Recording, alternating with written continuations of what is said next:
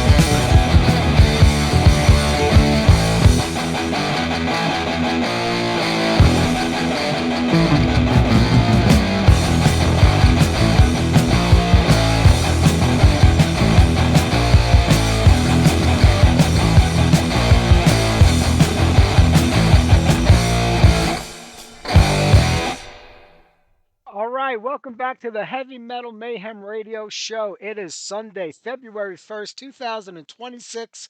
This month, we're going deep back into the underground. I think we got one really classic underground guest on every week this month, so I hope you enjoy it. Tonight, Jerry Brewer and John Gouchnour of Leather Nunn and Sean Peck of Death Dealer. We got a great show for everybody, so stick around. We'll be talking to the guys in Leather Nunn in about 20 minutes or so, and we'll get to Sean Peck in the second half of the program. Right there, Diamond Head, I Am Evil. Dave Mustaine says that, if it wasn't for him, nobody in America ever would have heard of Diamond Head, and if it wasn't for him, Metallica would have done their version of the Diamond Head version of the song. Now he's going to do his version of it as a B-side to Ride the Lightning. No, I'm just kidding. Dave is an asshat. I think everybody knows that.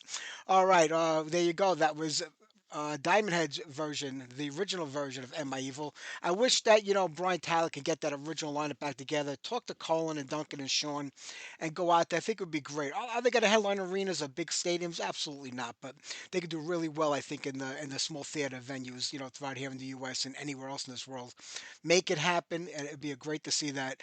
It's amazing how what a great songwriter, Brian Tatler was back in the day. When you listen to the last couple of Diamond Head records, there's not one thing on one of those records that kind of draws my attention, makes me want to hear the song a second time. I don't know how a lot of these people lost like the ability to write good, catchy songs when they had it come to them so easy 40 years ago. It boggles my mind.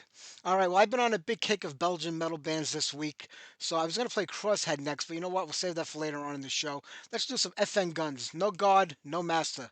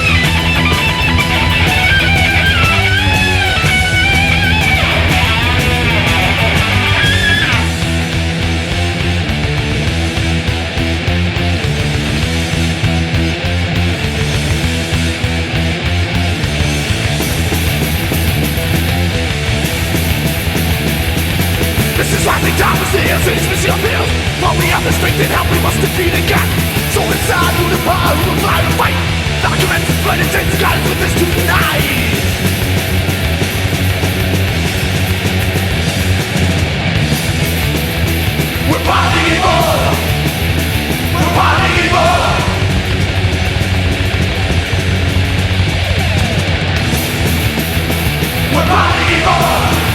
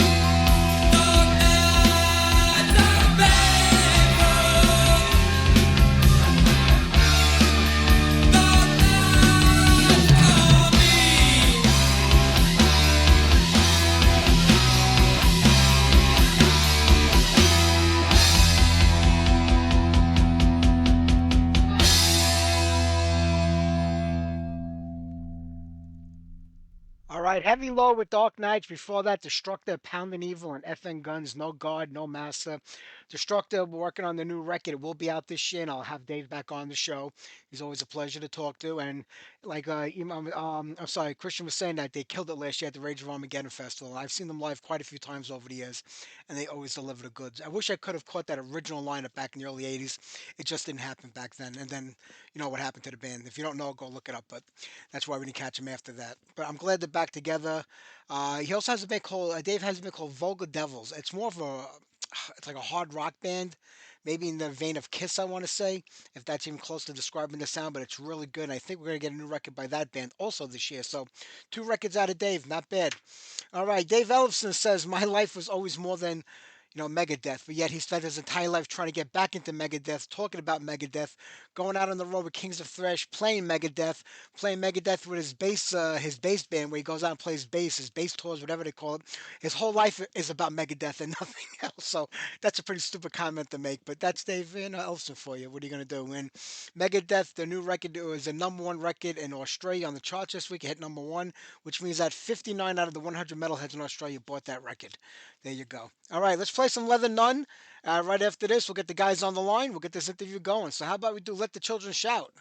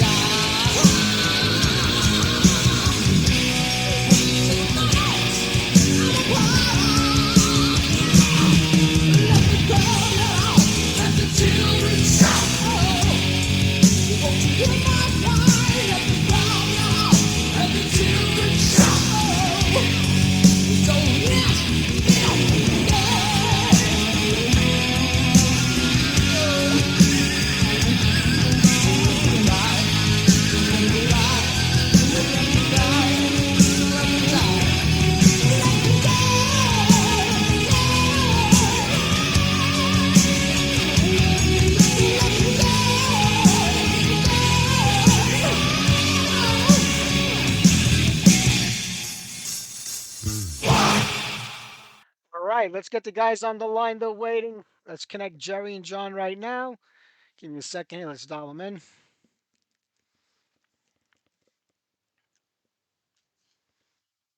Record your name and reason for calling. I'll see if this person is available. All right, let's try that one more time, huh? They just called me too to say that they're waiting. All right, let's try this again here. Do that, do this, that, do that. Okay, bear with me here while we dial it up one more time. They probably got tired of waiting.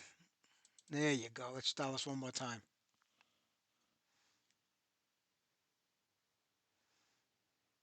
Hi, if you record your name and reason for calling, I'll see if this person is available.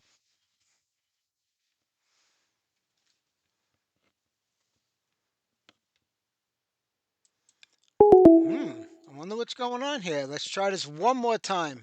Okay, here we go. Ba, ba, ba.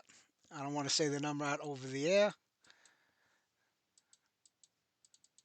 Okay.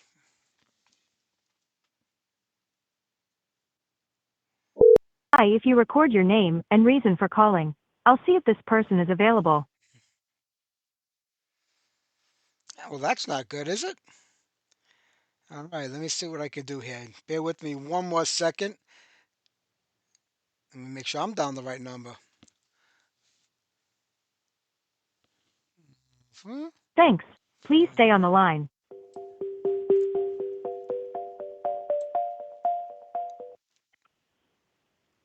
Hello?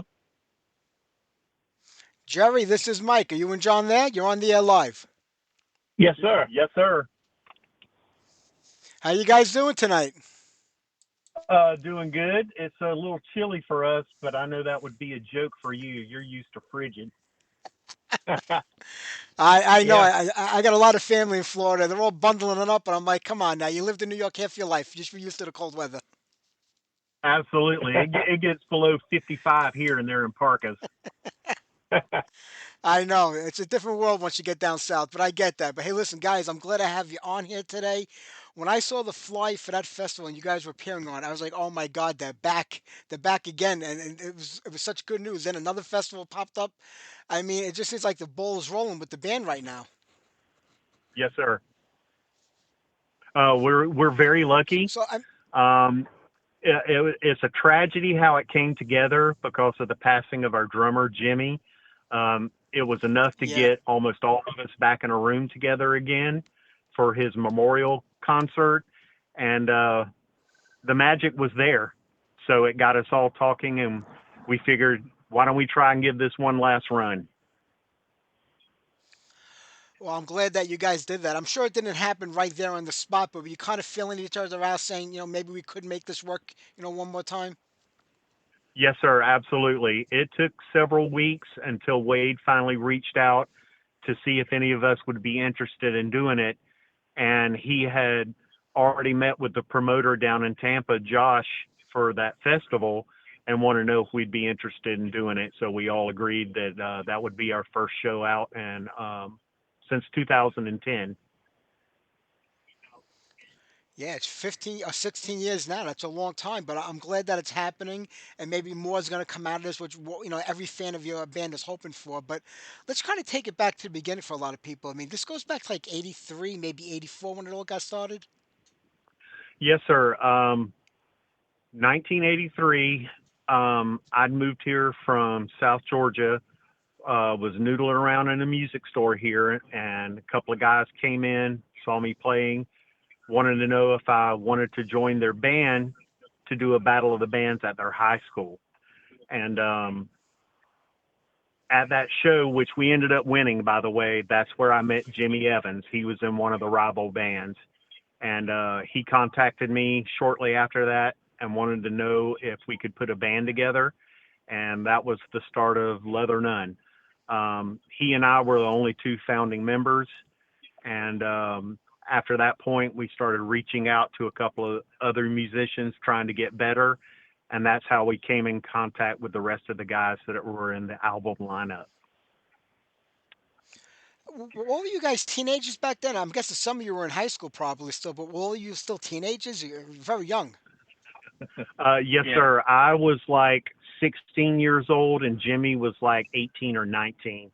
And by the time the Wow. album version of Leather Nun actually formed and we started like recording, we were both roughly 19 to 21. You guys were young, and you know what happens is back then you want to form a band. You got this great metal scene taking off and starting out. I mean, Florida had a great scene. I mean, people say like it was. I mean, I can name a million bands that came from Florida. Some had a lot of success, some didn't have as much, but it was a great metal scene going on there. But at 19 years old, 18 years old, you're not thinking about the music business. You're just thinking about being in a band and maybe getting out a record and playing live. Is that how it went? Yes, sir. Actually, in Jacksonville, there was no metal scene whatsoever. There were a few metal bands for the time, but there was no scene here. And out of necessity, we accidentally created that scene here. Um, we bought a storefront in a small area of Jacksonville, and that was our band room. We started having people showing up every night, crowds of people to watch us practice, and someone got the idea of let's start charging admission and play shows every Friday and Saturday and have other local bands open so they can get some publicity. And then that is what kind of blew this up a lot. That was great that you were able to do that. I mean, I would imagine, most of the scene, especially for like power metal bands, was probably in the Tampa area or going down that way. Yes, sir, 100%. That's where the real hard hitting stuff was at. Were you able to get around Florida enough to play more shows, or just kind of concentrate on Jacksonville, where you guys were coming from at the time? We did get invited to play a few things, not too many. Um, we were relatively unknown outside of Jacksonville until we finally recorded the album, and that opened a lot of doors. We did try and do some regional touring, going around to like Alabama and a few other places, but um, people just really didn't know what to make of us. We kind of sounded a little bit like Black Sabbath, but looked like Rat. So it was a weird combination. I can imagine, but you know what? You guys did come up with a great sound and a killer record. I mean, most bands are going to the studio and try to, record a demo tape. And back then, we everybody traded demos, and there was, pen pals. We wrote to each other and we traded tapes, and that's how we got to know a lot of the bands that were out there. You guys went right for the record right off the bat, and you did it all on your own too.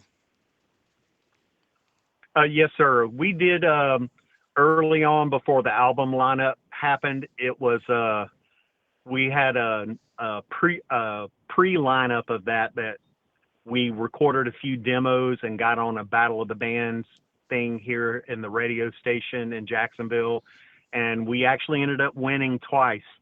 So that's where the momentum gained for people to come and start seeing us here locally, and for us to be able to get the money up to record the album. We paid for it all ourselves.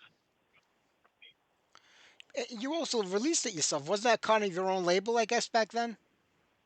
It was actually the studio's label. The gentleman's name was Oh. John Key, and it was on Key Records. We just made up a label right there on the spot. That's how it was done. It was all do it yourself back then. But that's a lot for a bunch of teenagers going in, recording their first record in the studio, and then kind of doing it on their own. Did you try to shop the songs around, or was that the plan from the beginning? We were going to go with Key, and they were going to put it out for us. We did try to shop it around to a few A&R people and management companies, but seeing we were a bunch of kids from Jacksonville, they wouldn't touch us with a 10-foot pole.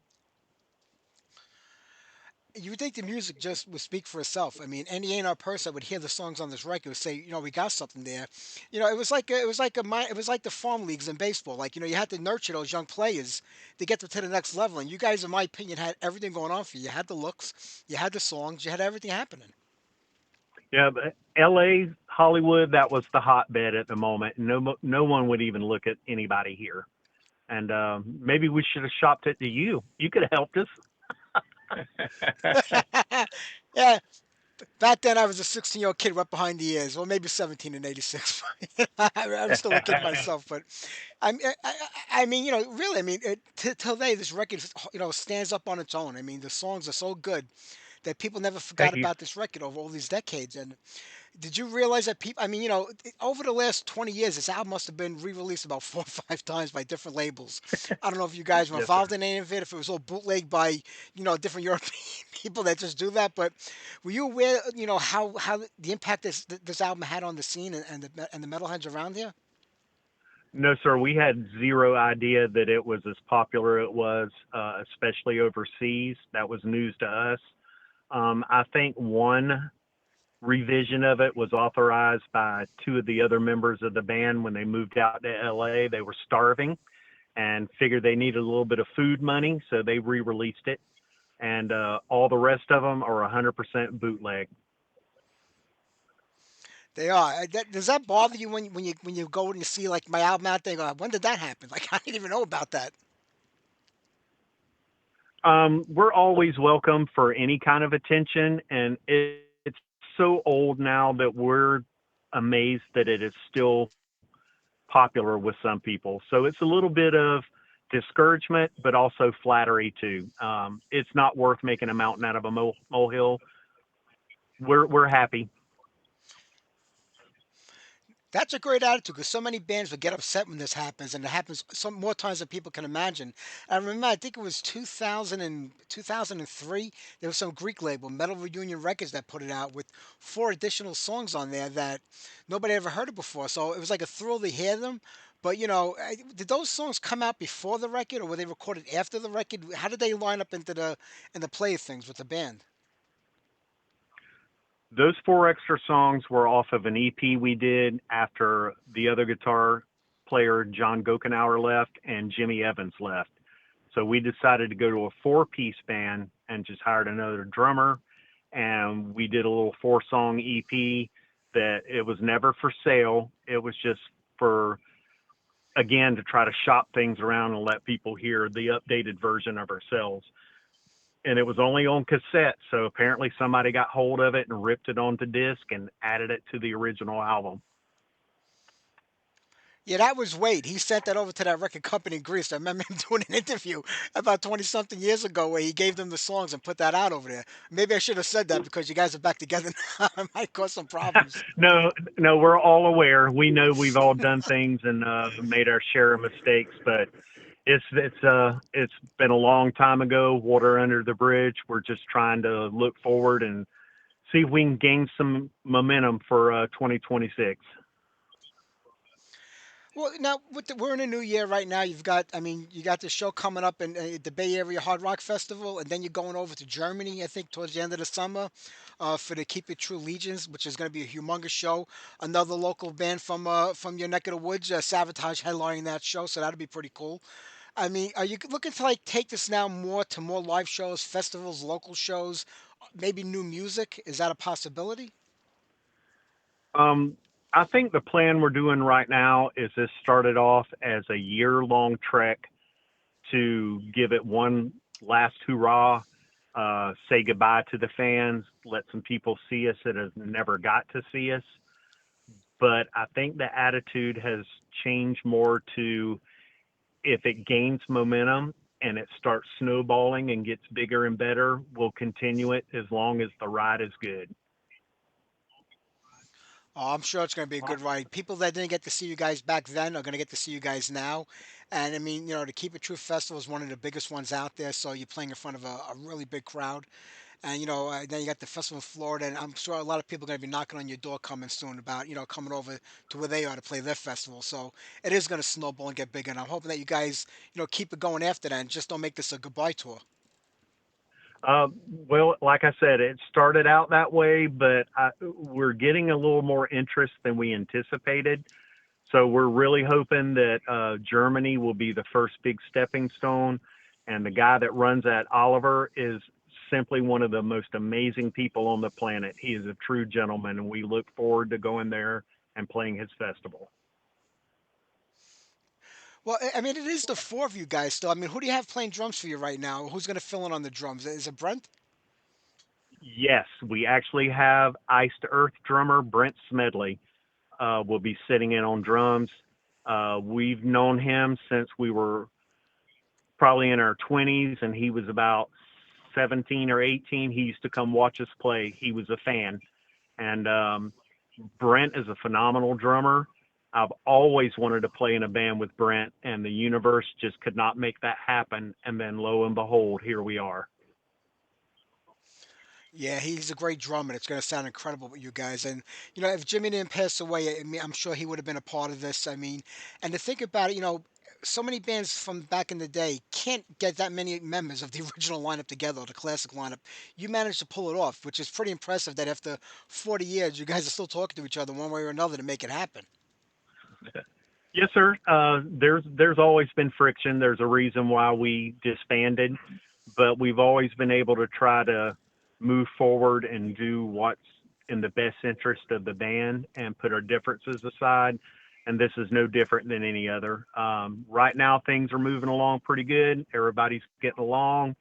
Um, it's very positive. So as long as it's positive and it's fun, we'll ride it. Well, you all guys were also younger back then too. So, a lot of years in between then and now. So a lot of things change, and now it seems like it's more for fun and just enjoying yourselves and enjoying what you created more than it was back then with the mission you had in store. But what's different between now and the last reunion, 15 years ago? The last reunion we did in 2010 was supposed to be what this one is now. Um, at the time we tried to launch that, Wade found out that he had a baby coming, and that changed the narrative for everything. There was no way he was going to climb on a plane and start traveling all over the place with a newborn. So that's what put the Yeah. fire out on that one. Well, I think musically, our music from the '80s, our classic heavy metal, is in a better place now than it was 15 years ago. Also, it's come back around full circle. I mean, is it ever going to be the '80s again? No. But you got all these young kids out there today, teenagers, 20-year-olds, 30-year-olds, that weren't even born when Leather Numb were getting started, that are so into this band and this music right now. It's just an amazing thing taking place. I agree. I've enjoyed the resurgence, and we're hoping that maybe somebody can embrace that. That's that's the era we're from, and we're going to try to bring that to them in the best way that we possibly can. And again, it's just as long as the momentum lasts, we're going to continue to do it. If this turns out to be a productive year for you guys, as far as the show's going, I know it will be because a lot more are going to start popping up too. I mean, what are the chances of getting new music, or is there any old music left over that you guys might be able to go back and revisit that we haven't heard? Right now, the focus is on trying to get the old music as tight and good as it can be. All I can tell you about future music is maybe. Um, if it continues to snowball and things get better, of course, we're going to try to explore that option to see if we can create something new for everybody. Would it be difficult to recreate that sound from back in the day, or would you even try to, or would it just be something new? I think it would be us. In the past. Yeah, I think it would be us no matter what. But the industry and the sound has changed so much since 1986 that it would be a modern version of us, I would think. Um, More powerful drums, more mid forward guitars. Wade's voice is still great. He hadn't missed a lick. So I think it would be the same yet different, if that makes any sense. No, I get that completely. But if you go back to the '80s, I mean, when did it all finally implode and come to an end? John, I know that you left the band before the band actually officially broke up. I mean, but when did it just end for everybody in the band? Was it around '89, and did you just feel like it ran its course at that point in time? Yeah, I was looking to go more mainstream. The rest of the band wanted to get heavier, and I wanted to be Bon Jovi, Def Leppard, and they were more Black Sabbath, and so that's the main reason why I had left the band. And but they did stick it together for about another 2 years, and I think they finally did break up around 1989 when Wade and Jim left for LA. 1986 when the record came out, I mean, the whole scene was starting to change at that point in time anyway. The hair metal bands were already starting to take off and rise, and everybody wanted to be a Bon Jovi or a Def Leppard because that's what was selling, and that's where the record labels were putting all their money into at that point in time. So I kind of get, you focusing on that, and that's the music you wanted to go into. But all these years later, it's come back around full circle, and the hair metal actually helped the scene implode. I mean, think about it. Rob Halford was running around in sequins. Ozzy was running around in sequins by the late '80s. Everybody wanted to cash in on what was happening, with the bands like Bon Yes. Jovi and Def Leppard. And you guys were looking the whole course and keep up Yep, doing what you were doing, the hundred rest of the band. percent. We noticed it too. There were too many factors at play of people wanting to go in different directions, and I think that was the main thing that started the rift in the band. And even the version of us that stayed together and want to get heavier, that changed too. There started being internal rifts there of Wade wanting to explore uh, something a little different than what we were doing, and they decided they wanted to go to LA. I was invited, but I turned it down. I would rather be a big fish in a small pond than a small fish in a big pond in LA. So they went and they did their thing and they had their run. It didn't pan out for them. I had other projects here. I got to be as heavy as I wanted to be, and my career has been pretty positive. So many bands made that move around that time. They all wanted to go out to LA because they figured that's where the scene was going, and they all wound up in the trap that you just talked about. They wound up being these small fish over there, and they couldn't make it. They were trying to break into a scene that was already established, and it was hard for the outsiders. I mean, look at Poison. They came from Pennsylvania. They went out there. It worked for them. They just happened to be at the right place at the right time. But for all those other bands, they went out there, and those dreams were lost and forgotten about, and they were on hard times, most of them, trying to survive until Yes. they could get back home again because it just wasn't happening. So I think you made the right call back then. Um, there's always what if, and I do think about that a lot. Could it have been different if I went? Would my being there have made it the difference that it took? But um, you just can't reflect like that. Like I said, I managed to do some other projects here locally that were very successful.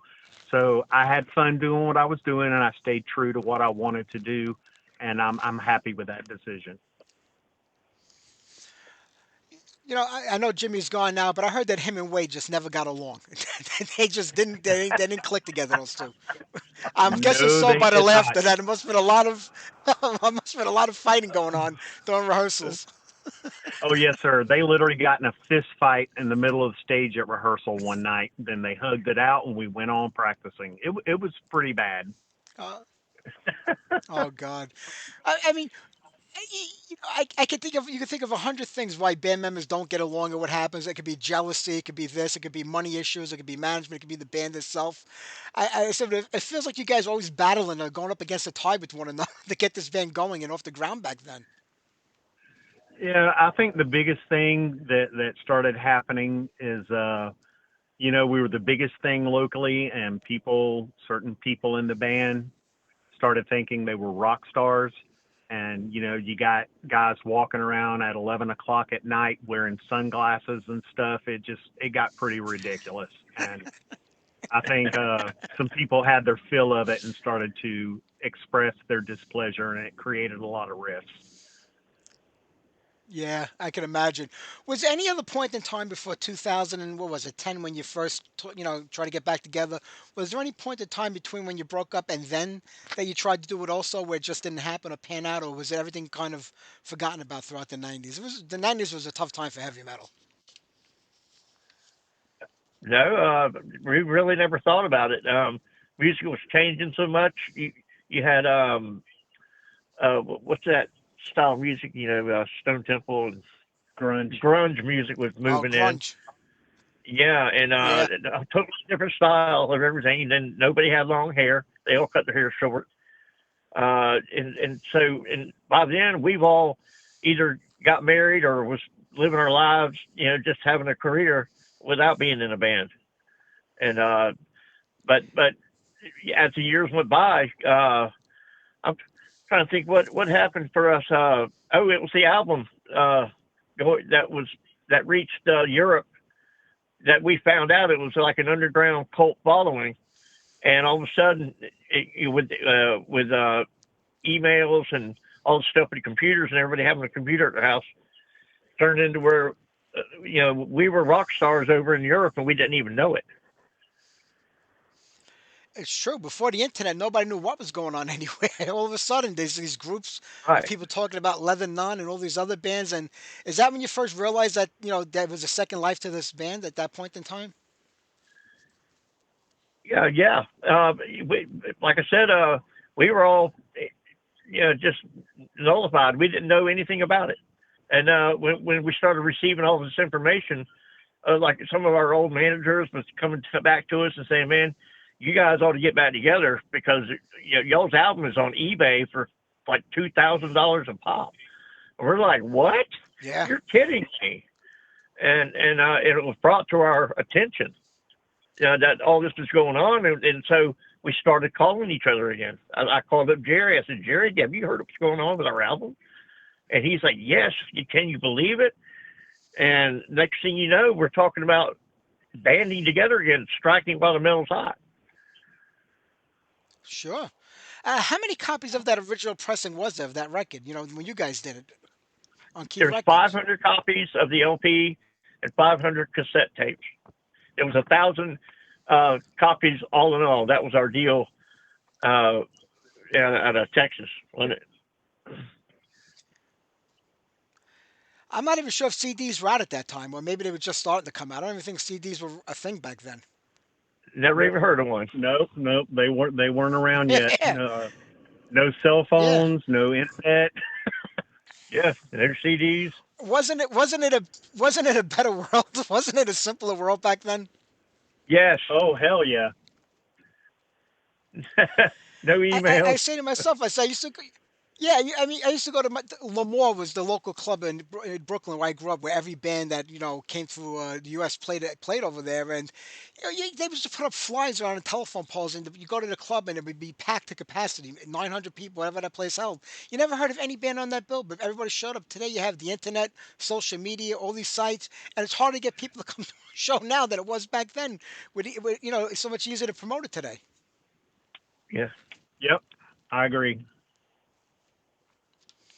It was just the time and place, I guess, for all of that. That's why it went the way it did. But you know what? There's 499 copies of that record bouncing around somewhere because I got one that I picked up at my local record store, Zigzag Record, back in the day, and I still got that. And every now and then, my wife's like, you want to go to Europe for vacation? I'm like, I'd have to sell my Leather Nun record to do that, because I get about $2,000 for it on the internet.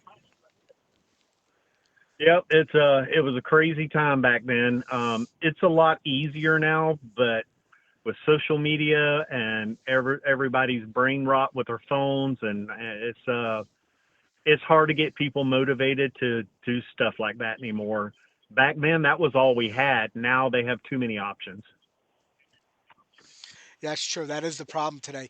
Going back to the recording of the record back in the day, I mean, everything back then was analog. It was done on reel to reel tape. Now today, everything's like digital with this Pro Tools and stuff like that. I mean, is there one that you prefer more than another? Because you guys have made music since then. Um, the album was actually done, like you said, on a 2-inch tape, and we recorded the album in 2 days. Wade did all his vocal takes in one day, and we did all the music in one day.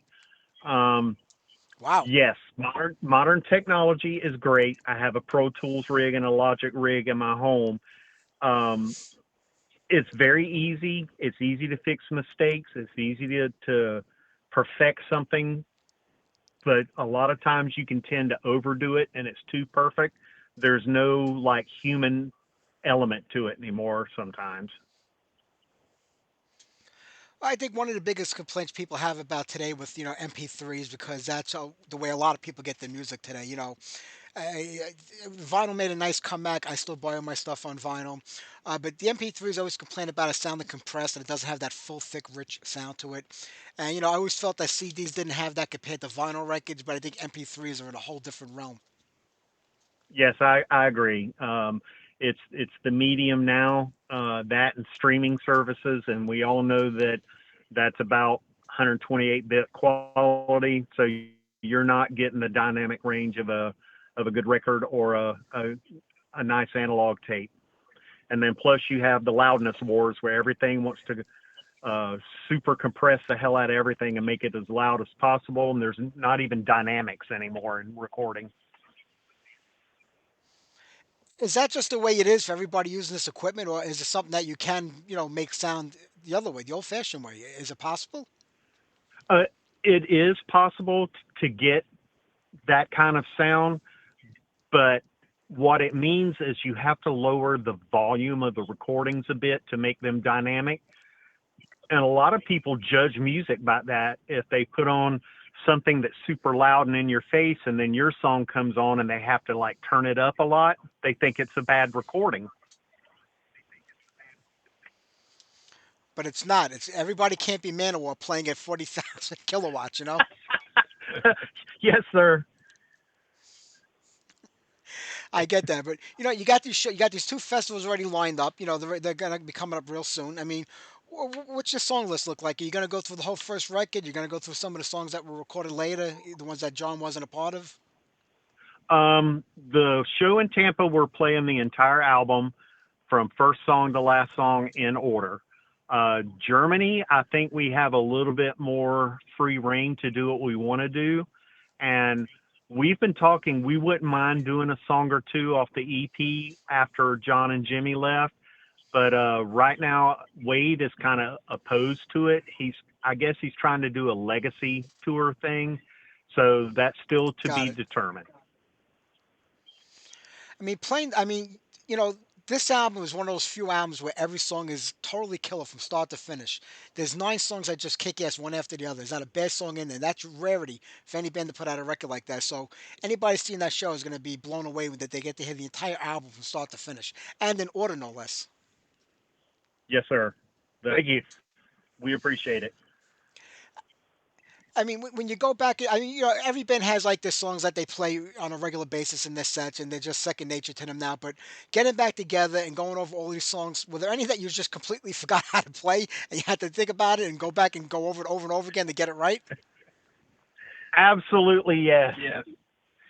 Yeah. It's not like riding a bike, is it? It's like John and I looking at each other going, what the hell did you play there? And John goes, I don't know. Yeah, I'm asking Jerry how to play one. He's like, Jerry's asking me how to play one that he wrote. And I'm like, you don't remember? I mean, does any of those songs that you did kind of forget how they went? Did they sound different now when you put them together than it did back then because you just couldn't remember how to make a certain part happen? Oh, no, no, no. No. We've managed to sit down and woodshed and figure it all out. If we all put our heads together, it's kind of like the old adage of, remembering how to ride a bike. It's like once you're in it for a little while, it all kind of comes back. It just may take us a few days, but everything's being played note for note, pretty true to exactly what's on the record. That's going to sound great. I hope you guys can videotape this or get somebody to videotape it so you maybe can release, a DVD or whatever they do online today. I don't know, something of the live That would be performance. great. That would be Yeah, fantastic. yeah, we're going to try to do that in Tampa. We have spoken to Oliver in Germany about this. He has a professional crew there that records everything, but he let me know up front that there will be a large delay before America gets it because everybody in America wants to rip it off and sell it everywhere. So he's going to get his goodie out of it first, and that's a fair shake. We understand that. Absolutely. Completely. But you know what? You could record a whole show today on an iPhone, where back then you needed video cameras and everything else. So hopefully somebody will record the whole show start to finish. It's going to sound great. I mean, I'm guessing Wade Yeah, is still in California these days. So is there going to be any rehearsals before the show altogether? Or are you guys doing it like virtually, or how are you making it work? Wade actually lives in Tampa now. He's been down here for a while, so he Oh, will okay. be there. Jim is still in LA. He has his own clothing line. He's doing very well for himself. He's the only one that he can come when he can, because that's a lot of flying back and forth. Sure. I'm sure you'll make it happen. Like you said, you guys have been doing this for a long time. You know these songs, and it'll all work out in the end. Yes, sir. Yes, That's it. sir. That's the plan. Hey, well, listen, John, Jerry, I'm going to let you go. I want to play some more music. I got another guest coming up right after you guys. But man, what I wouldn't do to see you guys live. I'm hoping that we got a couple of festivals here in the New York area. I got to reach out to those promoters and have them get you on one of these bills because to see you guys live would just be the be all to end all for me. Absolutely. Please do. And thank you, Mike, so much for having Yes, us on. yes, very much. It's my pleasure, John, Jerry. You guys have a great night. Take care. Yes, sir. You too. You too. Good night. Good night. All right, bye bye. All right, how about we play another bite?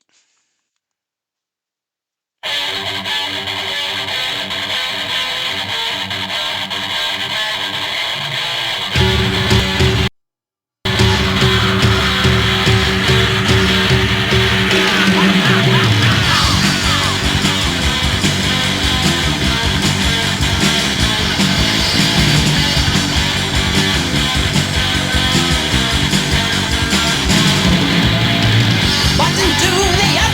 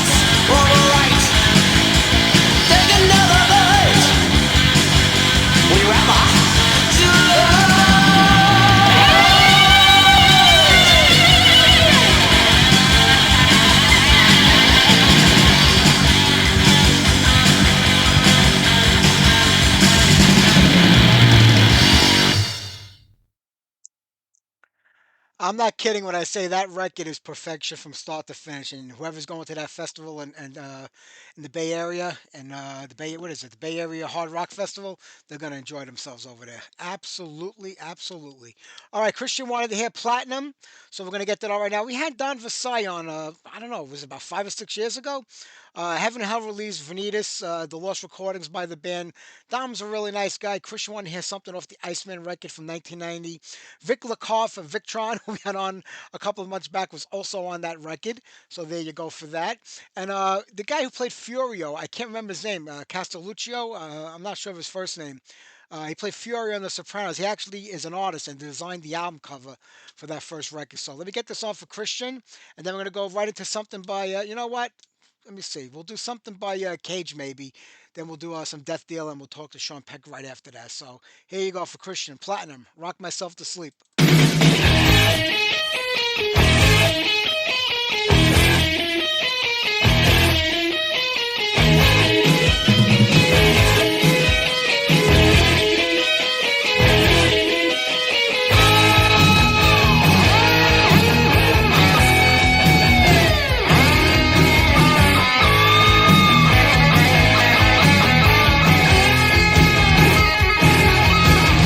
Make me some room, 'cause I'm feeling fine tonight.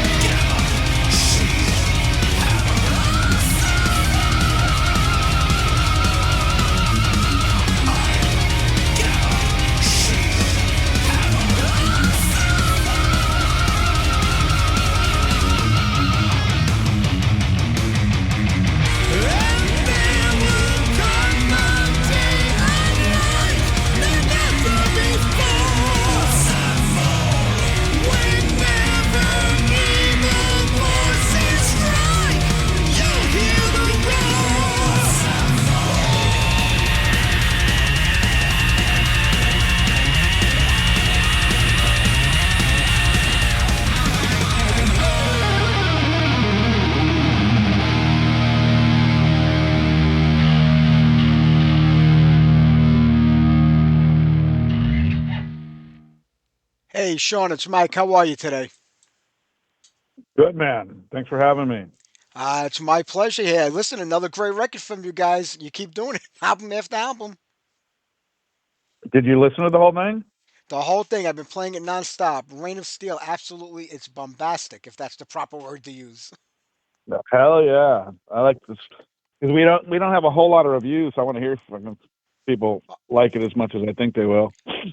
Well, it's really just getting out there for most people, so it's going to start coming in. I guess over the next couple of weeks, you'll start getting more and more of it. But, there's no disappointing with Death Deal at all. Going back to the first record, War Master, till now, there's been such a growth in the band. But this album, I think, really shows off what you guys were all about. I love it. I love it. We gonna record on the phone here? Yeah, we're going to record on the phone. Okay, cool.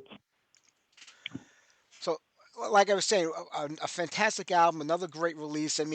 People say like, it's been 5 years. Well, really 4 years since the last EP, 5 years since the last record. But when you think about all the bands that you guys are in and all the projects you are all a part of, it's incredible that you can even put this together in that amount of time.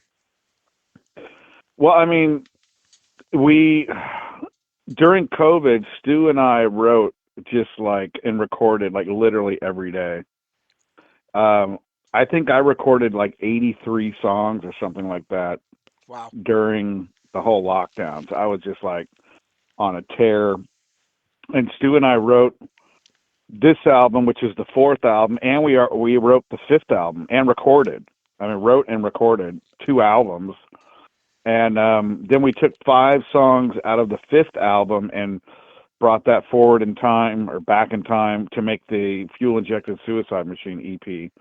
So that EP is actually from the fifth album. Um, and then we come back around to release, Rain of Steel, which is the fourth album. So we recorded a ton of songs, and we've been sitting on this record for like 4 years, just like listening to it all the time. And some of our friends that have had it, secretly for that amount of time, they're like, dude, I still listen to this record, like 4 years later. So we've got a good market research, data research by our friends that had it that dig it. So yeah, man, we threw our blood and steel into it. And it shows on the music. Holding on to this for 4 years, like you were saying, was that because of COVID and you waiting for things to kind of pick up, or was it just you feel it wasn't the right time to put it out a couple of years back?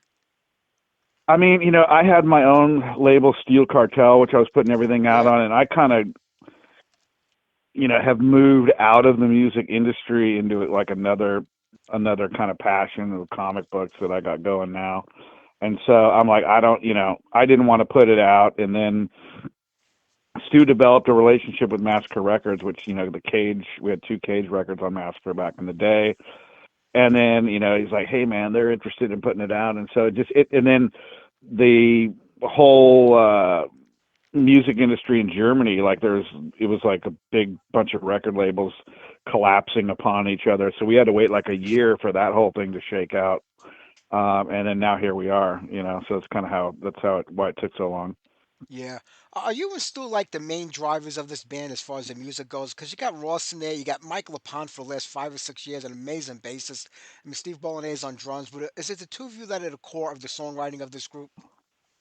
Yeah. Ross wrote some songs early on, but he kind of comes in and oversees it and gives his thumbs up and then throws some leads down now. But it's me and Stu. He calls us the Lennon and McCartney of heavy metal. So we've had an insane, writing vibe together, and like, sitting on the music that long, like there's songs on the album 5 that is just killing me that I can't let anybody hear for God knows Uh, how long. I'm like, God damn, I want to put this song out.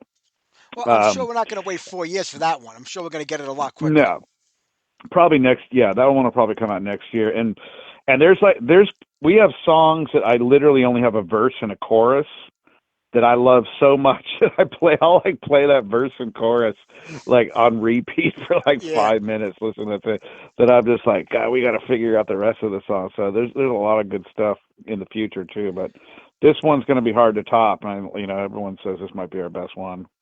I hate to say when you say that, it makes it sound like the other albums weren't as good, but they're all great. But yeah, I think you definitely hit your stride in this one, and it shows what the band's about. And when you think about the pedigrees of all the guys in the band and the bands that you play in and have played in, was it difficult trying to find the right sound for Death Dealer? Because you don't want it to sound like anything Ross is doing, you don't want it to sound like anything Stu is doing, anything that you're doing, like with Cage or the Three Tremors. So was it hard finding a groove, or did you kind of just say, hey, let's see what comes out, and it's gonna be us anyway? Yeah, I mean, me and uh Stu loved Judas Priest, so it's just like, what would Priest do in this situation? So, Yeah. um we rarely disagree on musical choices, which is what's made it us able to produce stuff so fast. And then when we do have a disagreement, it's like we have like a credit system. Like, okay, I gave you your way on the last one, so my turn. And but that's rare, rare occasion. It's just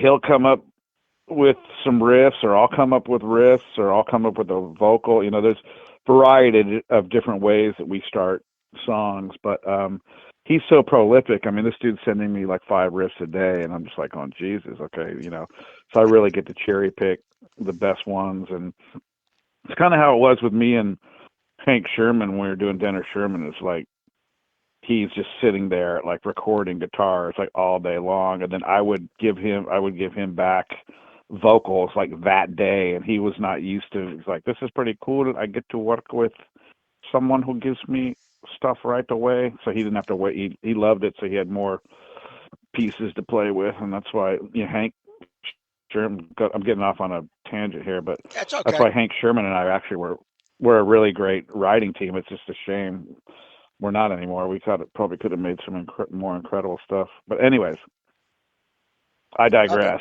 no, it's okay. Yeah, but listen, Masters of Evil and Satan's Tomb are two great albums. I was hoping for a lot more out of that too. And when I think about it, do you still feel the same way today about King Diamond as when you wrote the song about him back in the '90s? Grandma, went home. Um, King Diamond. Will there ever be another record? I don't think I so. I don't I doubt it. I mean, I got some insider information. I'm told all the music's been done forever, but this guy just refuses to record vocals. Maybe he Even can't that song, anymore. that Merciful Fate song that they played live, he didn't even have lyrics written to it. He was like making it up, most of it, as he went along. And I'm just like, dude, I mean, I will ghostwrite all the vocals and melody lines for him, and I could make him come out with his greatest masterpiece. Maybe not his greatest, but I could help him put some pretty damn good songs together to Hank. So I was also going to hit. I was. It's been so long since I hit up Hank. I was going to hit him up and go, dude, you want me to write the King Diamond stuff and just tell him that it was all your ideas? So, because this album's, Merciful Fate's not going to come out, and this King Diamond shit's not going to come out. So, I doubt it. yeah, I mean, I'm a King Diamond Merciful Fate fan, but uh, he, he's he fucked up the friendship between Hank and Michael, which kind of That hurt, he did. That he did. He fucked up that which whole kind of reunion. destroyed Denner Sherman, and it's pretty.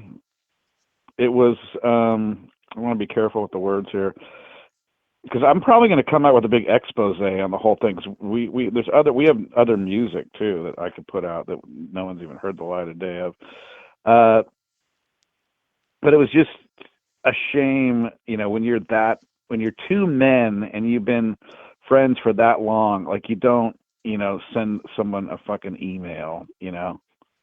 If it's not Right, going to right. work out, you be a man and you frickin', call your buddy up and you're like, hey man, this is just how it is. Sorry. But just the way it was handled, it was like Halford faxing in his resignation to Judas Priest or Yeah, some shit like that. It's just stupid. it is. But you know what? That's their problem. They'll have to figure it out and work it out. But I'm just glad that we Be a got you doing what man, you're for doing. Christ's sakes. Well, he's not a man. That's the whole, that's the whole thing. So it's gonna be what it's gonna be. But getting back to Death Deal, the fact that all you Yeah. guys got so much going on, is it even possible to string a tour together or to get out there and play live, or is this gonna be just more in the studio? I mean, the schedule's not a problem. It's just like, how much money do you want to lose by going on tour? That's true. I mean, That's true. how much, number one, like I can play a bar here 2 minutes from my house. I don't need to go to Belgium to play a bar in Belgium. I've already done all that. But Got it. great people out there. I miss all the fans and friends that we made out there. But, um, you know, I'm waiting for the phone. This album's going to come out. We're going to see if the phone rings, if anybody wants to see it, and then we'll take it as it comes. But the music industry is just in shambles now because you all these people. I get all these questions like, what's your advice for up and coming musician? Like, quit now.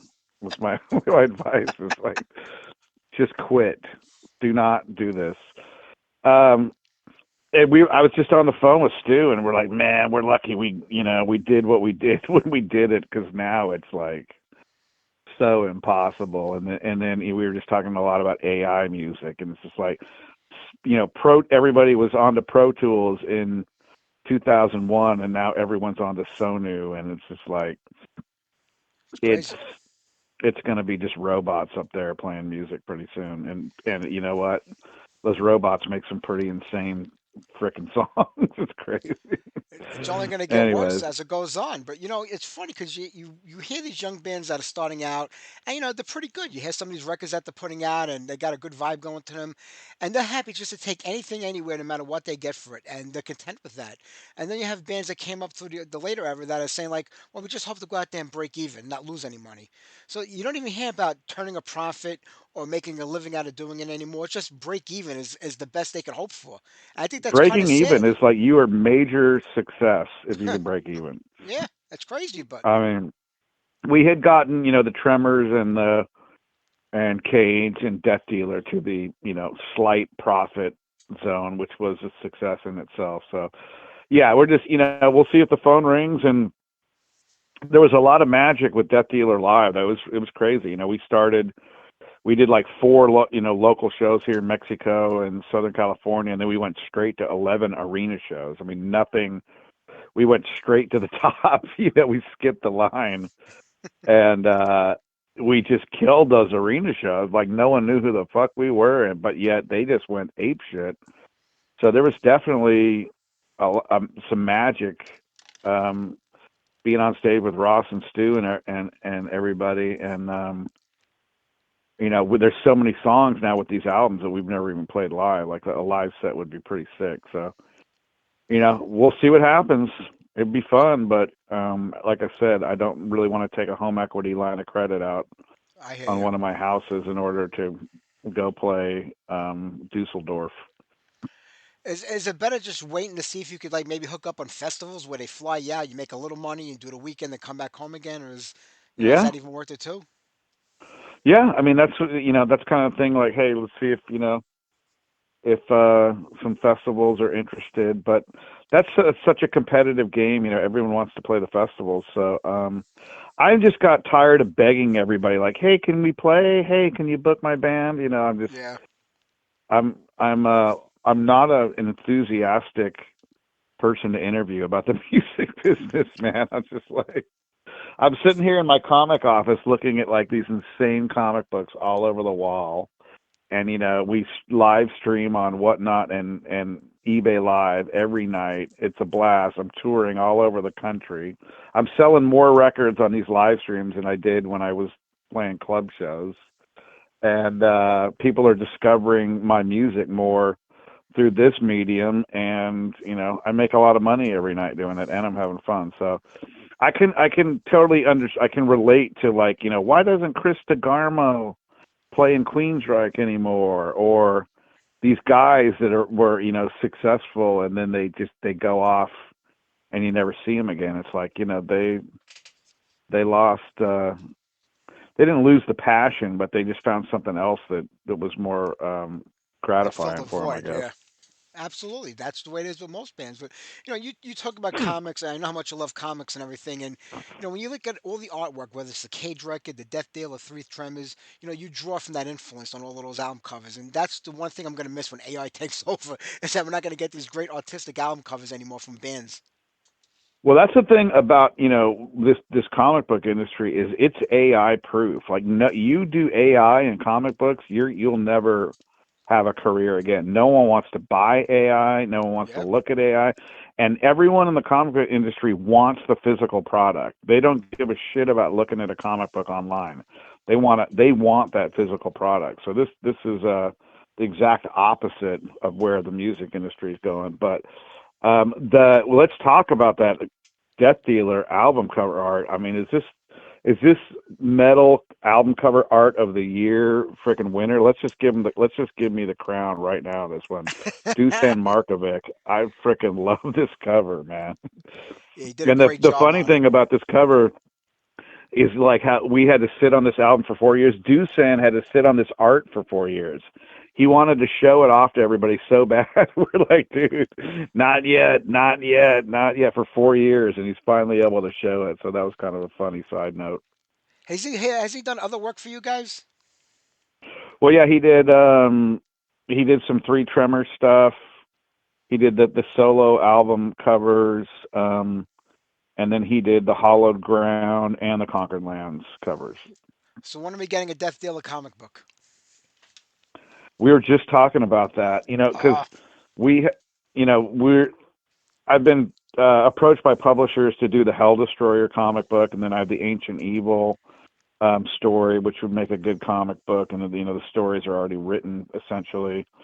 And there's some other IPs that we might do comic books, but yeah, Stu's just like, dude, let's do a let's do a comic book. I mean, I had a Death Dealer exclusive with the guy that the Frazetta, the classic Death Dealer from the Molly Hatchet cover.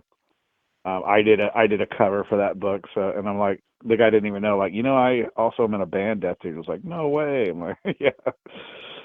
So I kind of already did one of those, but yeah, we were talking about a way to implement the music into a comic book, which that might be something we tackle in the future.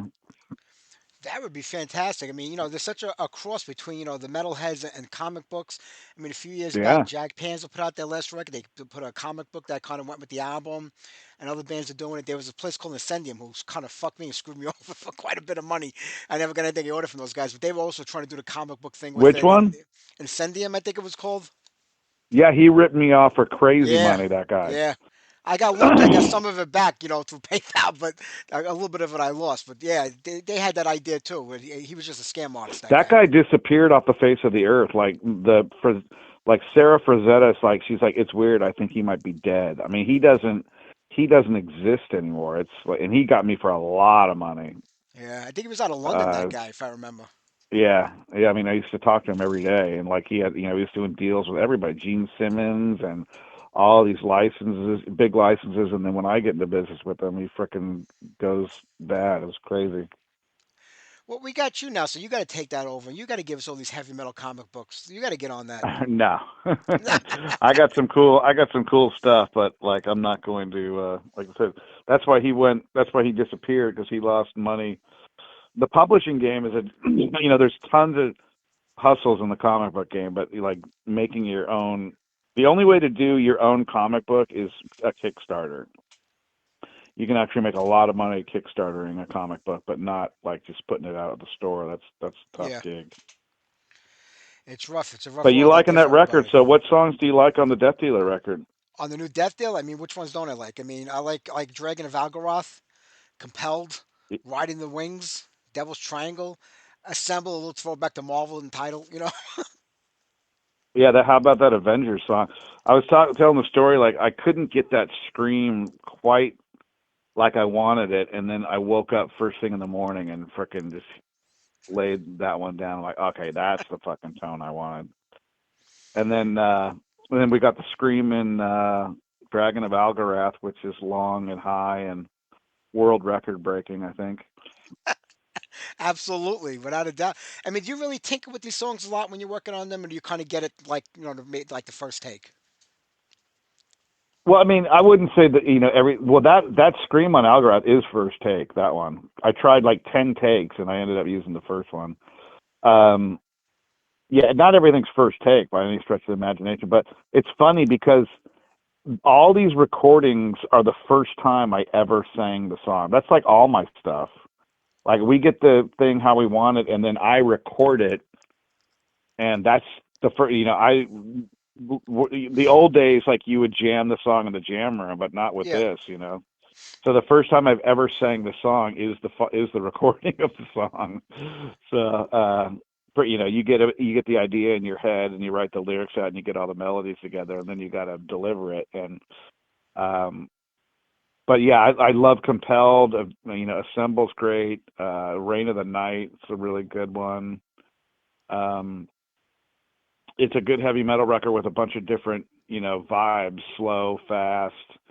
The power ballad thing we got in there is a good song, Raging Wild and Free. And Sleeping Prophets are killer too. A nice long song. yeah, that's the one that's everyone's saying they like it, and like that's like my least favorite one on there. And Really? like everybody that we're talking to is like, dude, Sleeping Prophet. I'm like, fuck. So you never know, man. You never It's know. it's got a different vibe to it to me. That's why. I don't know. It's just something a little different, a little off the beaten path, musically. Yeah, I mean, I'm just like it was written about Edgar Casey, the American medium, and which fascinating story. And I'm like, Stu sent me, and I'm like, it's cool, but I'm like, I'll do the best I can with that. And then they're like, yeah, it's good enough. Put it towards the end. And like everybody I talked to, like Sleeping Prophet. I'm like, okay, fuck, what do I know?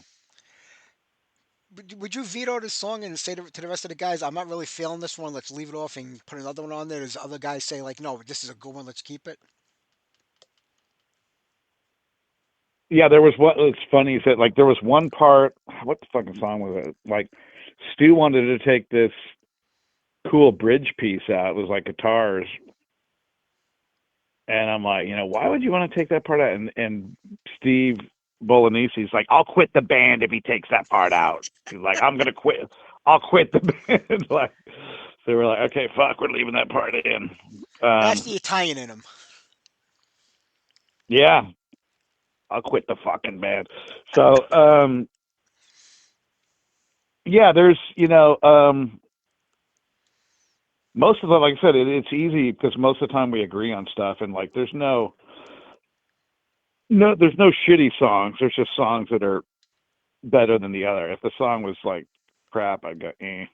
You're writing these songs for your own gratification. Like you gotta, it's gotta rock you. You gotta really dig it in order to record it and put your effort into it. Because that's like I said, there's no money in it, so you might as well make songs that you like yourself. Absolutely. Another thing about the band, Steve's been with the band almost since the beginning. Came in, I think, right after the first record. Mike's been in the band about 5 or 6 years now. Very little lineup change in there, and I think that consistency of playing with the same guys all the time actually, benefits a band. Yeah. Rhino was the first drummer, and then after, I mean, he played 4 shows with us, and then we had a falling out, and then we met him back on he showed up at one of those arena shows, and like it was fucking weird at first, and I'm like, dude, come on. Like I had to have him get it. I was like, I don't give a fuck if you guys hate me. We're like, dude, we don't hate you. Chill the fuck out. So that was cool. We ended up, you know, putting all that, but it was weird at first, but yeah, Steve's fun as shit to tour with. We've never played live with Mike LaPond. And then I just a few years ago played with Mike Davis in Warrior. We did like a reunion kind of show, and Mike Davis played bass in Warrior. So me and him were jamming again together. And yeah, but the core is, me and Stu putting all the music together and the concepts. Warrior, is that like an as needed type thing? Because I remember hearing about you hooking up with them like a decade ago, and very little's come out of it since that time. We did we did the Keep It True. We did another local show. The local show was better than the Keep It True show. It's Wow. fucking they're like, it's a secret show and we're gonna just have a warm up show, like nobody knows about it. And I pull up to this venue and it's just like a line out the door, sold out. I was like, fucking whose secret? It's a horrible secret. And that show was insane. And then we went and played the Keep It True, and the Keep It True was like, it was cool, but it wasn't. I'm like, fuck, the local club show was more raging than the Keep It True. But that was, and then after we came back, we started writing songs, and then, the guitar player AC, just he was trying to control the songwriting, and then it's just like, I'm like, oh, dude, I don't know if you know this, but I've written a lot of great songs, so why don't you just settle down, trust me. And then we all got on our own separate things, and then it kind of fizzled out. But we have some recordings. There's some other shit I'm going to dig up and probably put out too. That'd be We good to have hear. we had like 3 songs. They were cool too. One of them, a couple of them were really good. Uh, Yeah, d- I'd love to hear those. yeah, they're sick. And then, but then when Rob Farr, the bass player, died like totally unexpectedly, we did like a big show. Roy Z was there. It was really cool. And then we played, I don't know, we played like 10 songs. And man, it was good. We had a freaking, like, it was better than when we were together with the Keep It True stuff. I was like, dude, we need to freaking, the songs were fun. I forgot how much I enjoyed singing some of those. And, but then, Joe Floyd, I think, is he's the main guy. He's got to make it run. But I call him every so often and talk to him like, dude, why don't we do one song? But so it's all kinds of stuff like that, loose ends, man, loose metal ends. Yeah, that's kind of shitty, but it happens, you know. And what about Yeah. Cage? I mean, Cage has always been your bread and butter, your main band. It's been what 10 years since Ancient Evil came out. I know you had Science of Annihilation, the Re-Annihilator record, 6 years ago. But it's been about 10 years since a new studio record. Is anything cooking with Cage, or is that on the back burner right Well, now? yeah, we have and the next album's completely done. It's called Oh, Tyrant of the Dead. It's going to come out nice. next year. It's completely finished. This is another one that's been finished for a while. Um, and well, the 2-3 Tremors records were basically Cage records because Cage wrote both those albums. Yeah. So you kind of got Cage records, but it happened to have 2 other singers on there. Um, so this album it's long. I mean, I think it barely fits on one CD. So there's tons of music, and so we're shopping labels too. We have like 4 offers. I think we've decided who we're going to go with, and one of the labels is like, let's release it as 2 separate albums. I'm like, no, dude, we're not doing that. But it's classic Cage. There's a lot of long songs on it. But I think it's another one. I think people are gonna dig along the lines of this Death Dealer record. I'm sure they are. Anything you do, you put your finger on is always going to wind up being good. And even like the Three Tremors, I mean, 3 great records. I know it's been a while since we've gotten a new one, but is it difficult getting the 3 of you guys together to record? I mean, I know you can all do it separately, but I mean, I'm just saying to get it to happen. um, no, I mean we did almost 100 shows with the Three Tremors. So that's Harry was really responsive. Ripper records really fast, so recording was not a problem. Dave's always working on music, but it's more Ripper's doing his solo. He's like heavy solo stuff right now. They're waiting for KK's Priest to figure it out. And Sean from Cage and our drummer from Cage and the Three Tremors is now the KK's Priest drummer. Yeah. So and then now he's playing the 70,000 Tons with Jag Panzer. And then Casey just did a tour with Jag Panzer filling in. So it's like everybody steals my band members because they're so fucking good.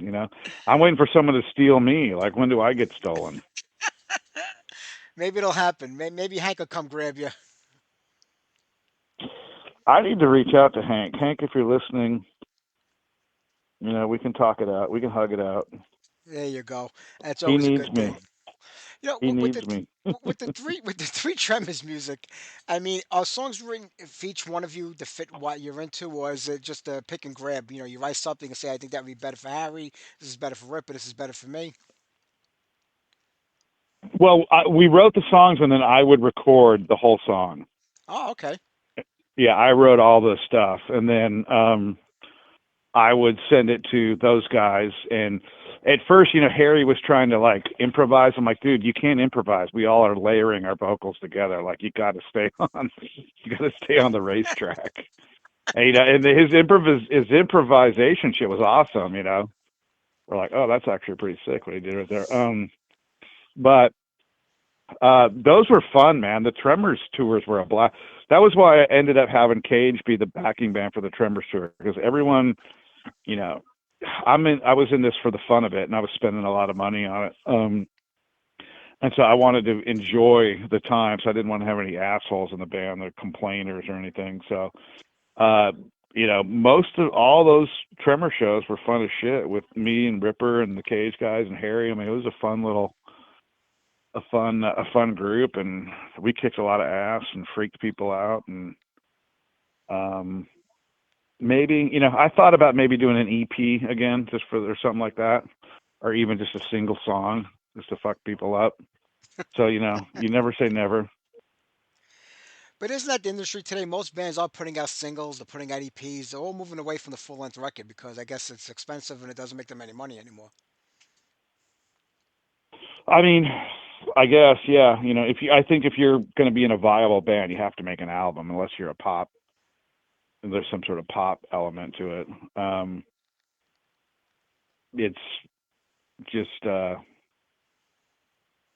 would say, I'm not. The only reason I'm talking about doing an EP or a single now is just to do something versus never doing anything again type thing. Like, I maybe hear we'll you. put.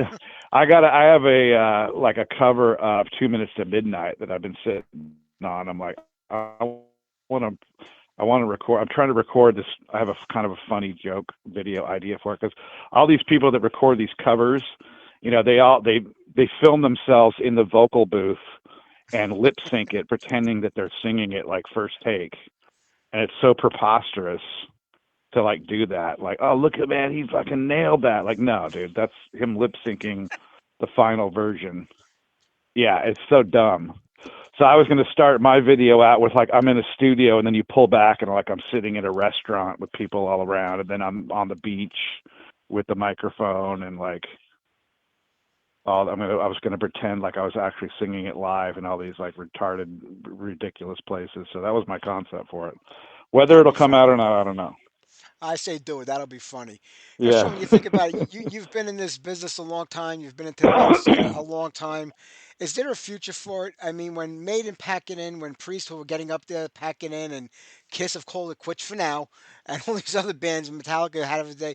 Is there going to be anybody coming up to take over those stadium shows you see in heavy metal?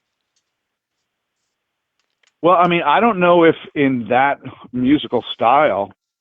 I mean, who knows? It could, fucking 40 years from now, it could be huge again. But I mean, you've got the Sleep Tokens and the Ramsteins and the Ghosts, but a classic Maiden, Priest, new wave of British heavy metal style, it would seem unlikely. Um, but soon it's going to be like full on Elon Musk robots running around with in just in some kind of crazy robot spectacle show. Uh, so there's going to be something crazy. You got the Sphere and stuff, but and Wings of Steel becoming the next Iron Maiden. Like, I don't see anybody or this genre like rising to those heights. So once these megastars of Metallica are gone, like, it'll be some derivative of that, but it won't be the shit that we love. That's true. You know, I won't be here in 40 Doom and years to see that gloom, happen. baby. Yeah, I won't be here in 40 years to see that happen, so I'll have to enjoy what I can now. But hey, Sean, I'm not going to keep you. I'm going to let you go. We're going to play some songs, before we get the show in the air and everything. But I think tomorrow is the actual official release date of the record, isn't it? Yeah, Not It bad. is, man. Everybody listened to it for free on streaming services.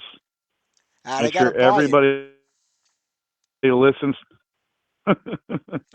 I don't even know if it's for sale on Amazon. It's on Amazon Australia. I was about to go to look it up and see, but I have another box coming. So I sold my first box to people. If you want to hit me up on the socials, the CD, the packaging is actually really nice. I got to hand it to them. It's a media book. It's a hardcover with the booklet, sewn into it, and our interior art is just as good as the exterior art, and it looks really the physical product is fantastic, actually. It is. Is there going to be a vinyl release of it also, or just CD? Yeah, I think the vinyls are, I think ours are in the mail, so it should be available now. Well, everybody's got to buy because it's Um, definitely so far the I think album of the three year. different colors, and I can't wait to see that album cover in vinyl. Big vinyl. It's going to be sick. I know it's like a mini poster. I'm putting Type. one up on the wall. I don't blame you. Well, Sean, listen, it was Yep. great talking to you, my friend. Great job on this record. It comes out tomorrow officially. Everybody's got to go out and buy a copy of it. No downloading illegally. Just spend the 15, $20 and buy it. It's about the price of a Starbucks Illegal coffee. downloads are like the worst. I wish we were back to the illegal download days. You at least had to make an effort to illegally download an album. Now it's just you don't have to. There's zero effort. You That's just click true. one button. Yeah. You got to work for that album. Used to, like I said, it was that like what we would give to go back to the illegal download days versus where we're at now. I have to see if I still got LimeWire on one of my old my old computers. Yeah. Pirate ship or That's pirate it. bay. I mean, Pirate Bay. That was the other one. yeah. All right, Sean. I'm gonna let you go. You take care, my friend. All right, buddy. All right. Bye bye.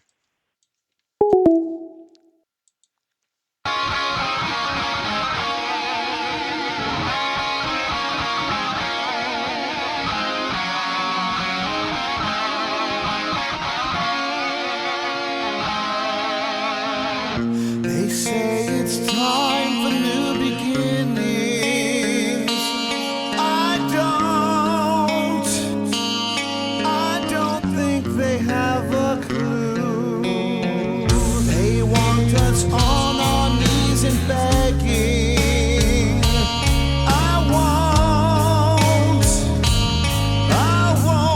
but how about you? When we show them that we're coming, we'll put our lives out on the line. Then they'll turn tail and start running.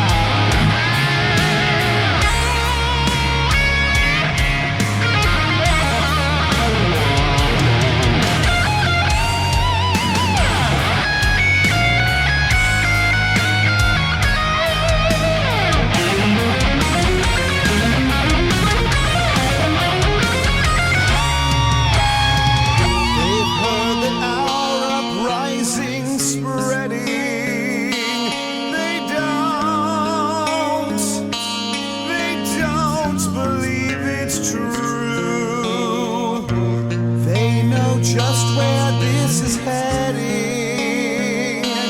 They won't know what to do.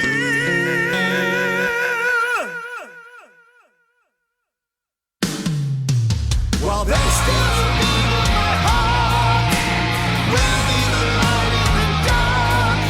We'll raging wild and free forevermore.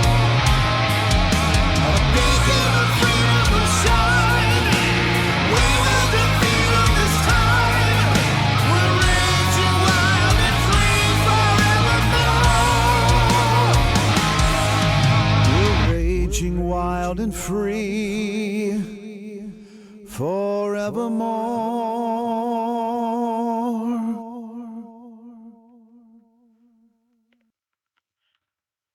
All right, brand new Death Dealer, Raging Wild and Free. And before the interview, we played Assemble. I want to thank Sean, Jerry, and John for being on tonight's show. Don't forget to tune in next Sunday night. Jack Emmerich of Forever and Life After Death will be on.